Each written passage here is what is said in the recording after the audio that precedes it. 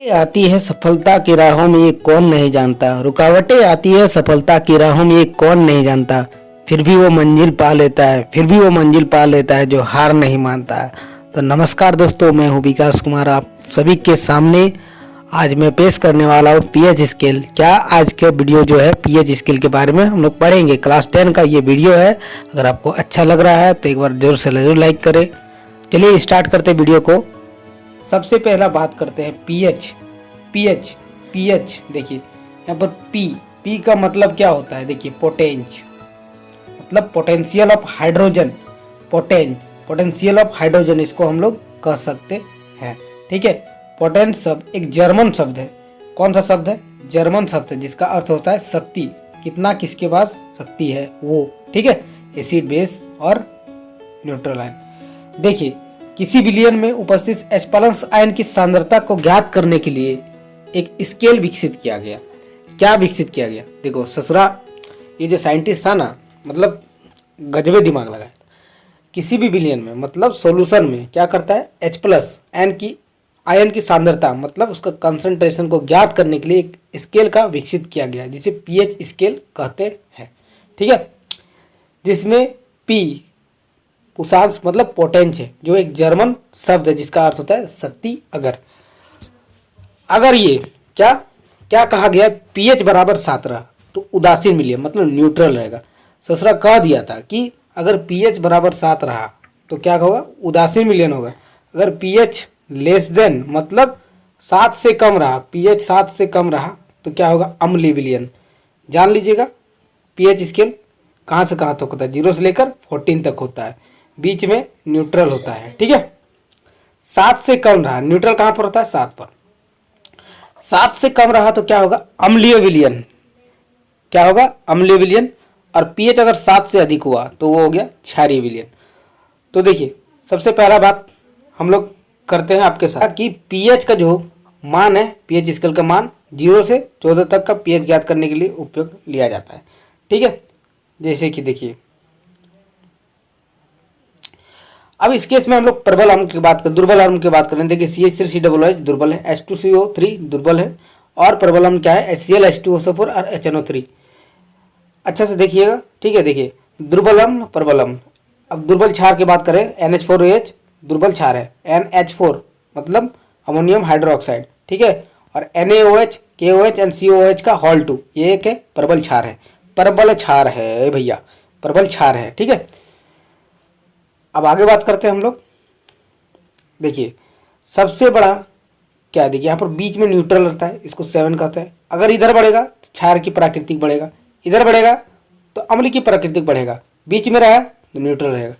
ससुरा कैसे याद रखेंगे इसको कि अगर बाया जाए, अगर बाएं हाथ के जाए मतलब हाथ के लेफ्ट हैंड साइड में जाएंगे तो क्या होगा, मतलब बाएं जाएंगे तो उसका अम्ल का प्राकृतिक बढ़ेगा। किसका?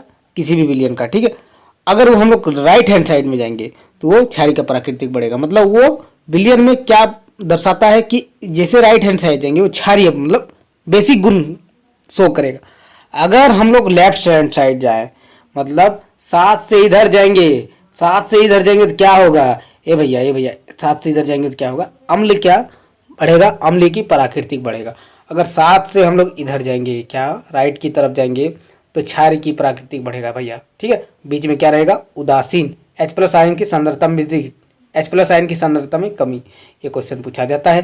पीएच स्केल कितना से कितना दूर तक रहता है, 0 से 40 रहता है। इसका खोज किसने किया था, सोरेनसन ने किया था। ठीक है, तो आगे बढ़ते हैं। दैनिक जीवन में पीएच का महत्व क्या होगा, इसको हम लोग देखते हैं।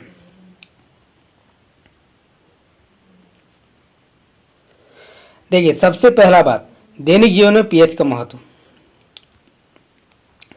हमारे शरीर 7 से 7.8 पीएच रेंज के बीच कार्य करता है। ससुरा जान लीजिए, ससुरा देखिए हम लोग का सियर मतलब शरीर, बॉडी, जो हमारा बॉडी है उसका जो पीएच रहता है कितना रहता है, 7 से लेकर 7.8। ये क्वेश्चन पूछा जाता है, सभी कॉम्पिटिटिव एग्जाम में भी पूछा जाता है और 10th क्लास में भी पूछा जाता है। तो हम लोग बात कर रहे हैं 10th क्लास को लेकर, तो हम लोग 10th क्लास को पढ़ेंगे, आगे हम लोग नहीं देखेंगे। तो देखिए 7 से लेकर 7.8 ये ऑब्जेक्टिव के रूप में पूछा जाएगा कि हमारा जो शरीर का पीएच कितना रहता है, तो कितना रहेगा 7 से लेकर 7.8 रेंज के बीच में रहता है। देखिए ए भैया, देखिए अच्छा से ध्यान दीजिए, बहुत इंपॉर्टेंट चैप्टर है, बहुत मज़ा लगेगा। और अभी 1-2 टॉपिक बाकी है। वर्षा के जल का पीएच का मान 5.6 से कम हो जाती है तो वो अम्लीय वर्षा। अगर कोई पूछे ना, क्या पूछे, कोई भी सर पूछे कि ए भैया बता तो अम्लीय वर्षा क्या होता है, अम्ल वर्षा, तो आपको क्या जवाब देना है। जब भी कोई क्या जल का पीएच मान जब 5.6 से कम हो जाता है और वो वर्षा जब गिरती है तो क्या होता है, अम्लीय वर्षा कहलाती है। ठीक है, चलिए आगे बढ़ेंगे हम लोग। अब बात करते हैं मिट्टी का पीएच का मान। टीवी में एडवर्टाइज देखे है ना, मिट्टी का पीएच का जांच करवा लीजिए, जांच करवा लीजिए, जांच करवा लीजिए कहता है, लेकिन करवाते नहीं है ना। तो वही देखिए, अच्छी उपज के लिए पौधों के एक पौष्टिक विशिष्ट पीएच की आवश्यकता होती है। यदि किसी स्थान की मिट्टी का पीएच का कम या अधिक हो तो किसान उसमें आवश्यकता अनुसार अम्ल या क्षारीय पदार्थ मिला सकता है। ठीक है, अगर एसिडिक ज़्यादा होगा उसमें क्षारीय मिलाएगा, अगर बेसिक ज़्यादा होगा, मतलब दोनों में रहने से खतरा है, बीच में रहेगा तो ठीक है, मतलब एसिडिक भी ज़्यादा नहीं होना चाहिए, बेसिक भी ज़्यादा नहीं होना चाहिए, न्यूट्रल दोनों मतलब समान समान रहना चाहिए। ठीक है, तो बात करते हैं अब हमारे पाचन तंत्र का पीएच। देखिए हमारे पाचन का तंत्र का पीएच क्या, डाइजेस्टिव सिस्टम मतलब पाचन तंत्र का पीएच। याद रखिएगा, नोट्स बनाइएगा, अच्छे से बनाइएगा, अच्छे से लिखिए, माँ बाप का नाम रोशन कीजिए, साथ में चैनल को शेयर लाइक सब्सक्राइब भी कीजिए, जितना हो सके क्लास 10 के बच्चों को पहुँचाइए। तो चलिए हम लोग देखते हैं हमारे शरीर का पीएच का मान कितना होता है। हम लोग देख चुके हैं, लेकिन हम लोग देखेंगे हमारे पाचन तंत्र का पीएच का मान क्या होता है। देखिए सबसे पहला है भैया, याद रखिएगा, देखिए थोड़ा जूम कर देते हैं हमको, हम आपको अच्छा से दिखेगा। देखिए हमारे शरीर मतलब उधर स्टोमक हाइड्रोक्लोरिक अम्ल उत्पन्न करता है। क्या करता है, देखिए सबसे बड़ा इंपॉर्टेंट तो बात यही होगा, हमारे जो शरीर में स्टोमक में क्या रहता है, HCl रहता है, प्रेजेंट रहता है। आप ये नहीं कि हम लोग खोल के देखें, ऐसा नहीं कर सकते ना। ठीक है, जो भोजन के पाचन में सहायक होता है, क्या होता है, हम लोग जो फूड लेते हैं माउथ से, वो भोजन में पाचन में सहायक होता है। क्या होता है, हाइड्रोक्लोरिक अम्ल के कारण होता है। किसके कारण होता है भैया, ए भैया किसके कारण होता है, अरे भैया हाइड्रोक्लोरिक अम्ल के कारण होता है। हमारे शरीर में भोजन का पाचन हाइड्रोक्लोरिक अम्ल के कारण होता है। अपच की स्थिति में उदर अधिक मात्रा में अम्ल उत्पन्न करता है। क्या करता है, जब भी अपच जैसा लगेगा तो उसमें क्या होता है, अधिक मात्रा में अम्ल, बोलता है ना अम्लीय हो गया। ठीक है, तो जिसके कारण उदर में दर्द व जलन का अनुभव होता है। इस दर्द को मुक्त होने के लिए एंटासिड जैसे क्षारकों का उपयोग किया जाता है, जो अम्ल की अधिक मात्रा को उदासीन कर देता है। मतलब अगर गैस्ट्रिक हो गया पेट में तो हम लोग क्या लेते हैं, इनो लेते हैं, अचर कचर दुनिया भर में जो है सब हम लोग ले लेते हैं, लेकिन सोचता है कि क्या उसमें रहता है भैया, कैसे काम करता है वो, नहीं कभी तो नहीं सोचे होंगे घर में बैठ के कि 2 मिनट दिमाग लगा लेके क्या होता है उसमें। देखिए क्या होता है, वो जो रहता है हमारे पेट में HCl रहता है। अगर हम लोग बाहर से क्या करेंगे, जब इनो लेते हैं उसमें क्या होता है, NaOH रहता है, NH4Cl रहता है, मतलब NH4Cl सॉरी NH4OH रहता है। ठीक है, बेकिंग सोडा रहता है, बहुत सारा चीज़ रहता है। तो वो जो होता है क्या होता है, बेसिक नेचर का होता है, मतलब वो क्षार नेचर का होता है। अगर क्षार क्या बोले उसको हम लोग, अम्ल के साथ मिलेगा तो क्या करेगा, न्यूट्रल कर देगा उसको, जो पेट में जाके न्यूट्रल बना देगा तो गैस्ट्रिक हट जाएगा। तो वही कारण होता है, और कुछ उसमें रहता नहीं है ज़्यादा। ठीक है, ज़्यादा आचर करके दिमाग लगाने की जरूरत नहीं है। तो जब भी कुछ चीज़ प्रयोग कीजिएगा उसमें थोड़ा सा पता कीजिएगा इसके बारे में क्या होता है, अच्छा इंटरेस्टिंग लगेगा। यदि क्यूरियोसिटी है तो, नहीं तो कोई फायदा नहीं है। ठीक है, चलिए देखते हैं। क्षारों का उपयोग किया जाता है, अम्ल की अधिक मात्रा को उदासीन करता है, जैसे मिल्क ऑफ मैग्नीशिया। आप भी जब भी मेडिकल शॉप में जाइएगा तो मांगिएगा मिल्क ऑफ मैग्नीशिया दीजिए, तो वो आपको निकाल के दे देगा। क्या होता है मिल्क ऑफ मैग्नीशिया, वो जो हमारे शरीर में अधिक अम्ल का उत्पत्ति करता है, उत्पन्न करता है, उसको हम लोग कम कर सकते हैं। ठीक है, मिल्क ऑफ मैग्नीशिया की सहायता से, इनो की सहायता से, बहुत सारा चीज़ है जिसमें आप लोग सूटेबल लगे। देखिए आप बात करते हैं पीएच परिवर्तन के कारण दंत क्षय। अगर आपको दांत टूट रहा है भैया तो सावधान हो जाइए, उसमें आपको पीएच में कम होने से होता है। देखिए मुंह के पीएच का मान 5.5 से अधिक कम होने पर दांतों का क्षय प्रारंभ हो जाता है। दांतों का इनेवल दंतवलक कैल्शियम फॉस्फेट से बना होता है, जो शरीर का सबसे कठोर पदार्थ होता है। ये भी एक क्वेश्चन है, शरीर का सबसे कठोर पदार्थ क्या होगा, दांत का इनेमल क्या होगा, इनेमल। ठीक है, दांत का एनिमल क्या होता है भैया, ये भैया याद रखिए, दांत का एनिमल क्या होता है, सबसे शरीर का सबसे कठोर पदार्थ होता है। दांत का एनिमल किससे, फॉस्फेट से बना, कैल्शियम फॉस्फेट से बना होता है, जो शरीर का सबसे कठोर पदार्थ होता है। ये जल में नहीं घुलता है, लेकिन मुंह में मुंह की पीएच का मान 5.5 से कम होने से पर ये संरक्षित मतलब टूट जाता है। इसीलिए करते हैं ना कि डेली ब्रश कीजिए, डेली ब्रश कीजिए, टीवी में एडवर्टाइज डेली से जिगजैग से धोइए, कोलगेट से धोइए, पेप्सोडेंट से धोइए, क्लोजअप ले लीजिए, और भी क्या कहता है ओरल भी ले लीजिए। तो उसमें क्या रहता है, क्षारीय रहता है, क्या रहता है, बेसिक नेचर का रहता है, जो रात के पीएच को कम होने से बचाता है। क्षारीय दत्त मंजन का उपयोग करने से हमारे अम्ल की अधिक मात्रा का उदासीन किया जा सकता है। ठीक है, अब बात करते हैं पशुओं व पौधों द्वारा उत्पन्न रसायनों में आत्मरक्षा। अब समझ लीजिए, ये मेन पॉइंट है। एक आएगा, एक टर्म आएगा जो उसमें आपको याद रखना ही रखना है। ये 100% पूछा जाता है एग्जाम में, आपको लिख के आना है।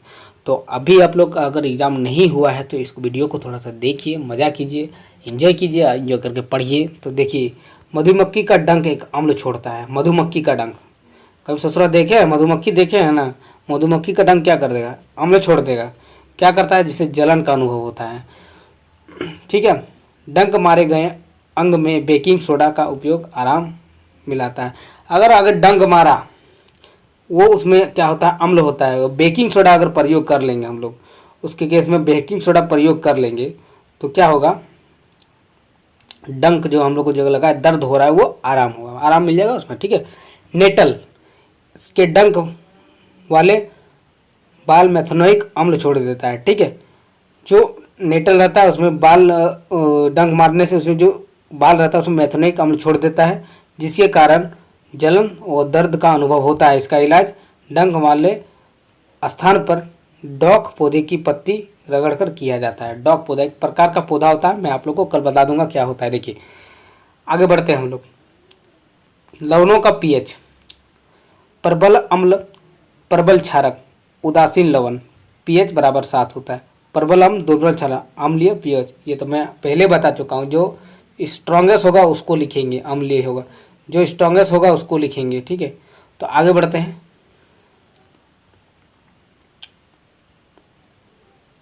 जो अब यूज होने वाला है उसको थोड़ा सा याद कर लीजिए, थोड़ा सा रट लीजिए, चाहे जो कीजिए याद कर लीजिए। ठीक है, बात कर रहे हैं हम लोग साधारण नमक के रसायन। ठीक है, ये साधारण नमक से रसायन जो बनता है उसको हम लोग किस तरह हम लोग दर्शाते हैं। देखिए किस तरह फॉर्मूला उसका क्या होता है, तो थोड़ा याद कर लीजिएगा तो अच्छा रहेगा, नहीं तो फिर गए काम से। ठीक है, सबसे पहला सोडियम हाइड्रोक्साइड NaOH होता है। क्या होता है, sodium hydroxide, sodium hydroxide NaOH।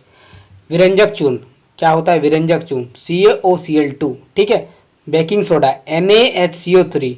ठीक है, उसके बाद धोवन soda Na2CO3 10H2O। Plaster of Paris CuSO4 half H2O। क्या पढ़ेंगे, CuSO4 हाफ H2O।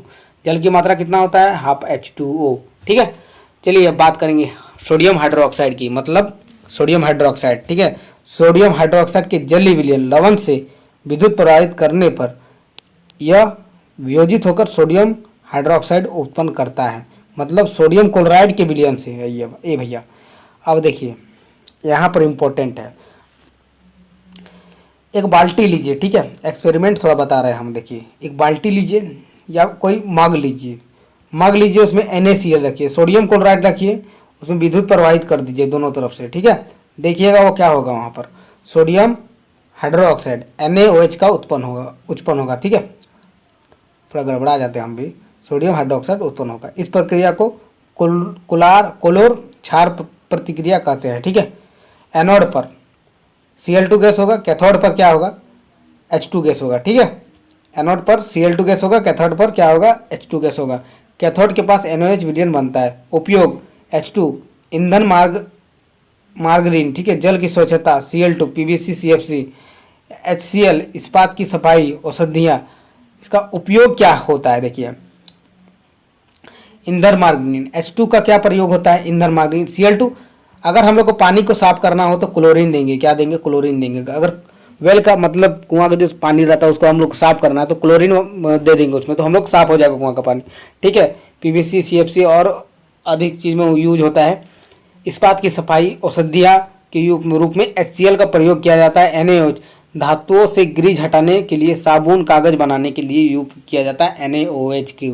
ठीक है, Cl प्लस NaOH विरंजक चूर्ण, घरेलू विरंजक, वस्त्र विरंजन के लिए। ठीक है, बात करते हैं विरंजक चूर्ण।